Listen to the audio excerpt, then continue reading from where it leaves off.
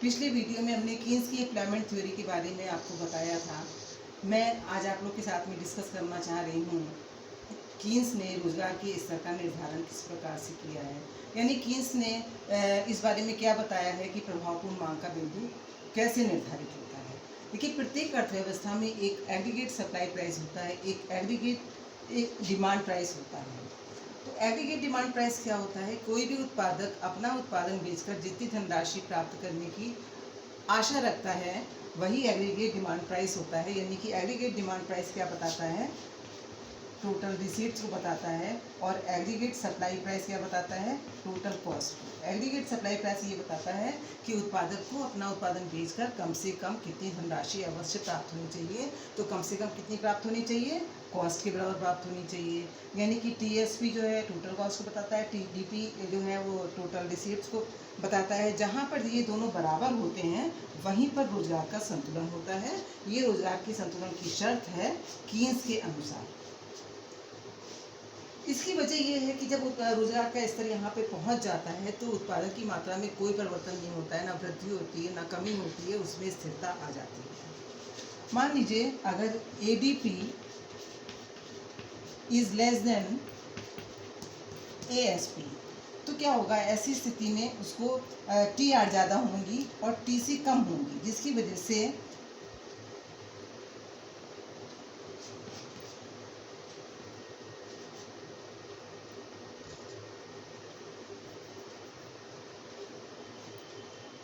TR अधिक होगी TSP से, जिसकी वजह से उसको क्या होगा?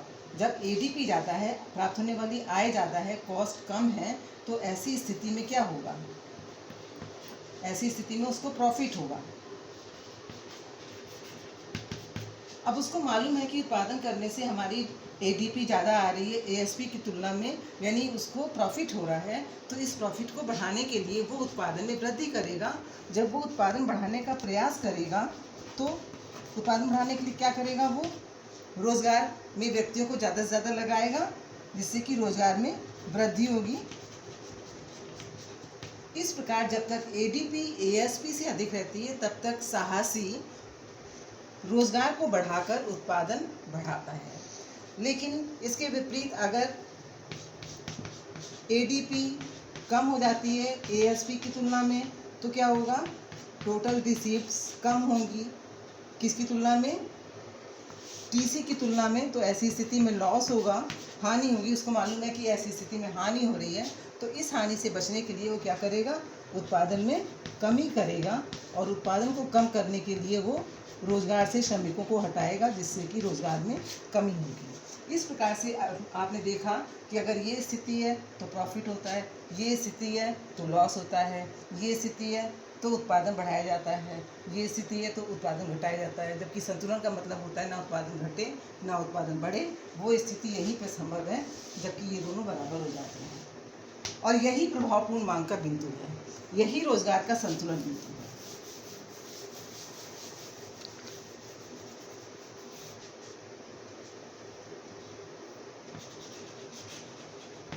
Equilibrium of employment.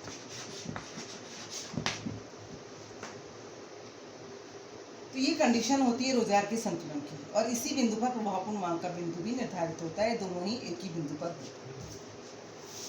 अब डायग्राम से बताने जा रहे हैं कि प्रभावपूर्ण मांग का बिंदु यानी रोजगार का संतुलन बिंदु किस प्रकार से निर्धारित होता है।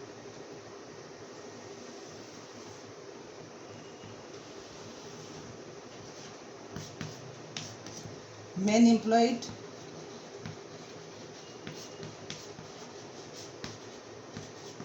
और इधर दिखाएंगे एडीपी एएसपी।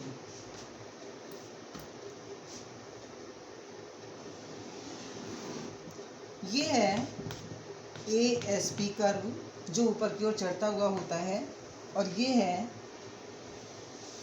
ADP curve. दोनों एक दूसरे को कहाँ पे काट रहे हैं? यहाँ पर काट रहे हैं।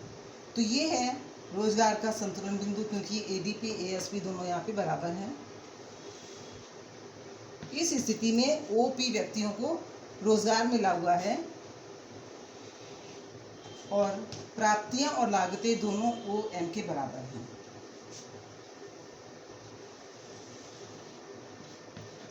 टोटल समाज में व्यक्ति हैं OP1। अब मान लीजिए इससे कम लोगों को रोजगार दिया जाता है, OP1 व्यक्तियों को रोजगार दिया जाता है, तो ऐसी स्थिति में क्या होगा, एग्रीगेट डिमांड प्राइस कर्व ऊपर होगा, एग्रीगेट सप्लाई कर्व नीचे होगा, जिसकी वजह से प्रॉफिट होगा।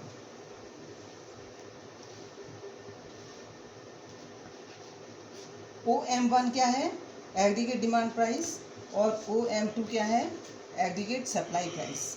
इतना प्रॉफिट हो रहा है, इस प्रॉफिट से आकर्षित होकर वो उत्पादन बढ़ाएगा, उत्पादन बढ़ाने के लिए रोजगार बढ़ाएगा। लेकिन ऐसा कहाँ तक संभव है, OP तक ही संभव है। ये तभी तक करेगा वो जब तक कि प्राप्तियां और लागतें बराबर ना हो जाएं, जब तक कि ADP और ASP दोनों बराबर ना हो जाएं।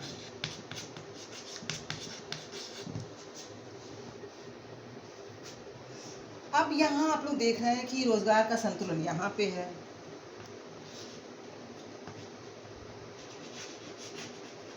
Equilibrium of employment.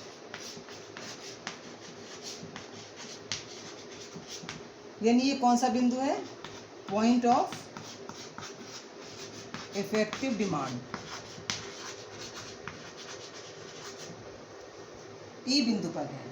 लेकिन आप देख रहे हैं कि रोजगार का संतुलन केंद्र के अनुसार ई बिंदु पर है, लेकिन संतुलन की अवस्था में भी P से P2 तक के व्यक्ति बेरोजगार हैं। अभी भी P से P2 तक के व्यक्ति बेरोजगार हैं, यानी कि रोजगार संतुलन तो ई बिंदु पर है, प्रभावपूर्ण मांग का बिंदु भी ई है, लेकिन इस बिंदु पर रोजगार पूर्ण नहीं है। यानी कि कीन्स का कहना है कि रोजगार के संतुलन की अवस्था में सबको काम मिल जाए ये कोई आवश्यक नहीं होता है।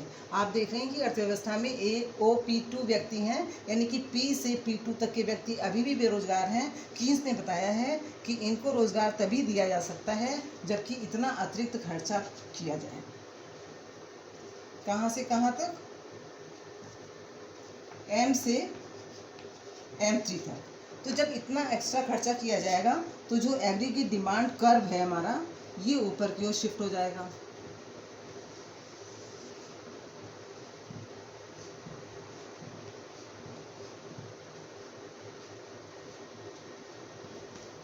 अब एग्रीगेट डिमांड कर्व क्या हो जाएगा, ADP डैश हो जाएगा। अब ये curve aggregate supply price curve को कहाँ पर काट रहा है, E डैश बिंदु पर काट रहा है। तो यहाँ पे E डैश बिंदु पर सबको रोजगार मिल गया है, यानी ये पॉइंट ऑफ फुल एम्प्लॉयमेंट है।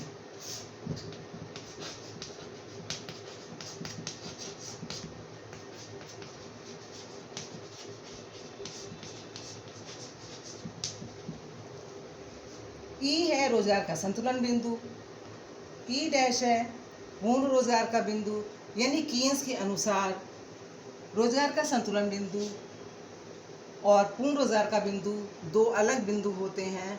यानी कि जरूरी नहीं कि पूर्ण रोजगार पर अर्थव्यवस्था संतुलन में हो, अर्थव्यवस्था का संतुलन, रोजगार का संतुलन पूर्ण रोजगार बिंदु से पहले भी हो सकता है, जैसा कि इसमें दिखाया गया है।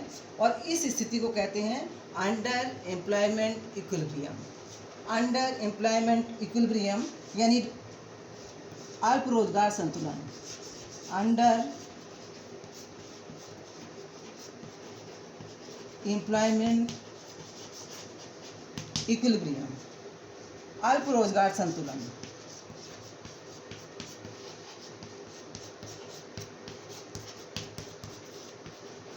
तो एक नया कॉन्सेप्ट आया, बहुत ही इंपॉर्टेंट कॉन्सेप्ट आया कि इसके अनुसार जो निकल के आया है वो है अल्प रोजगार संतुलन, under employment equilibrium. Under employment equilibrium का मतलब ये है कि रोजगार के संतुलन की अवस्था में अगर अर्थव्यवस्था में रोजगार का संतुलन है तो इसका ये बिल्कुल मतलब नहीं होगा कि अर्थव्यवस्था में पूर्ण रोजगार भी है। रोजगार का संतुलन बिंदु पूर्ण रोजगार बिंदु से पहले हो सकता है, इसी को कहते हैं अंडर एम्प्लॉयमेंट इक्विलिब्रियम। समझ में आया? सबको समझ में आ रहा है? Thank you.